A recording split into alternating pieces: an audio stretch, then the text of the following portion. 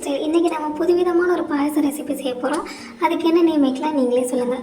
First 4 medium size carrot cut பண்ணி wash பண்ணிட்டு மிக்சியில் ஃபஸ்ட்டு பல்ஸ் மோடில் நல்லா கிரைண்ட் பண்ணிட்டு அப்புறம் ஒரு ½ மில்க் கட் பண்ணிவிட்டு ஒரு பியூரி கன்சிஸ்டன்சிக்கு அரைக்கணும். அப்புறம் ஒரு சட்டி எடுத்துகிட்டு 2 டேபிள் ஸ்பூன் கீ ஆட் பண்ணி கிரைண்ட் பண்ண பியூரியை நல்லா அதோட பச்சை வாசனை போகிற வரைக்கும் மிக்ஸ் பண்ணணும்.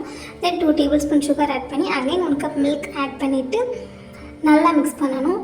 மில்க் ஊற்றிட்டு அது நல்லா பாயில் ஆகி வர ஸ்டேஜில் 100 கிராம் ரவாவை கொஞ்சம் கொஞ்சமாக மிக்ஸ் பண்ணி அதில் நல்லா சேர்க்கணும். அது நல்லா சட்டியில் ஒட்டாமல் வர ஸ்டேஜ் வரைக்குமே நல்லாவே மிக்ஸ் பண்ணணும். கைவிடாமல் நல்லா மிக்ஸ் பண்ணிக்கணும்.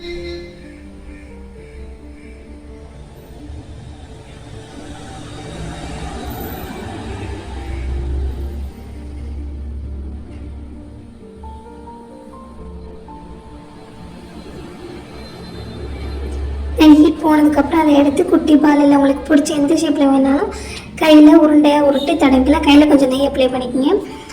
உள்ள நட்ஸ் கூட வச்சுக்கலாம், இட்ஸ் ஆப்ஷனல் தான். அப்புறம் இட்லி பாத்திரம் எடுத்து தண்ணி ஊற்றி பாயில் பண்ணி இட்லி தட்டில் உருட்டின உருண்டை எல்லாத்தையும் 5 to 10 மினிட்ஸ் வேக வைக்கணும்.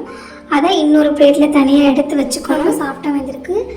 அகைன் ஒரு சட்டி எடுத்து ஒரு 2 டேபிள் ஸ்பூன் கீ ஆட் பண்ணி சேமியா ஒரு 50 கிராம் எடுத்து அதில் நல்ல ஒரு ப்ரௌன் கலர் அச்சீவ் ஆகிற வரைக்கும் சிம்லேயே வச்சு நல்லா வறுத்துக்கணும். தென் 2 டேபிள் ஸ்பூன் சுகர் ஆட் பண்ணி மிக்ஸ் பண்ணி தனியாக வச்சு அகைன் ஒரு பாத்திரம் எடுத்து அதில் 1.5 லிட்டர் மில்க் ஆட் பண்ணி ஏலக்காய் 5 to 6 போட்டு நல்லா கொதிக்க வச்சுக்கோங்க. ஒரு நல்ல ஃப்ளேவர் வந்த அப்புறம் சுகர் ஒரு 4 டேபிள் ஸ்பூன் ஆட் பண்ணிக்கோங்க. அப்புறம் பட்டை ஒரு துண்டு, அது ஒரு ஃப்ளேவருக்காக தான், அது இட்ஸ் ஆப்ஷனல் தான். அதுக்கப்புறம் நல்லா பாயில் ஆனதுக்கப்புறம் உங்களுக்கு ஒரு ½ கப் வந்து மில்க் மை அஸ்பெரிகஸ் டேஸ்ட்டுக்கு ஏற்ற மாதிரி ஆட் பண்ணிக்கோங்க. அப்புறம் அந்த பட்டை ஃப்ளேவர் நல்லாவே இறங்கினால நான் அதை எடுத்துடுறேன், நீங்கள் வேணா வச்சுக்கோங்க.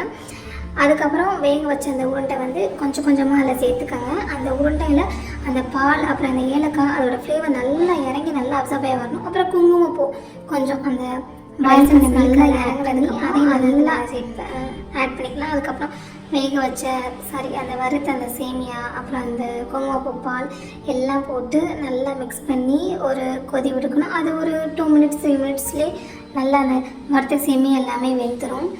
அதுக்கப்புறம் நம்ம ஃபைனலாக என்ன பண்ணுறோம் அப்படின்னா இடியப்பம் 2 டேபிள் ஸ்பூன் எடுத்துக்கிட்டு அதை 2 டேபிள் ஸ்பூன் மில்கில் நல்லா மிக்ஸ் பண்ணி அதையும் சேர்த்துக்கணும். இதனால ஒரு திக்னஸ்க்காக ஃபைனலாக நம்ம என்ன பண்ண போகிறோம்னா கீ ஆட் பண்ணிவிட்டு ஒரு 2 டேபிள் ஸ்பூன் நம்மக்கிட்ட என்னென்ன நட்ஸ் எல்லாம் இருக்கோ அதெல்லாம் எடுத்து நல்லா வந்து ஒரு ப்ரௌன் கலர் ஆகிற வரைக்கும் அதை நல்லா அந்த நெய்யிலே சிம்லேயே வச்சு வறுத்துட்டு அதை அந்த பாயசத்தில் ஊற்றி மிக்ஸ் பண்ணோம்னா கம்மன்னு carrot with rava gulab jamun payasam ready. இதுக்கு நீங்கள் என்ன பேர் வைக்கலான்னு ஜஸ்ட் கமெண்ட் பண்ணுங்கள்.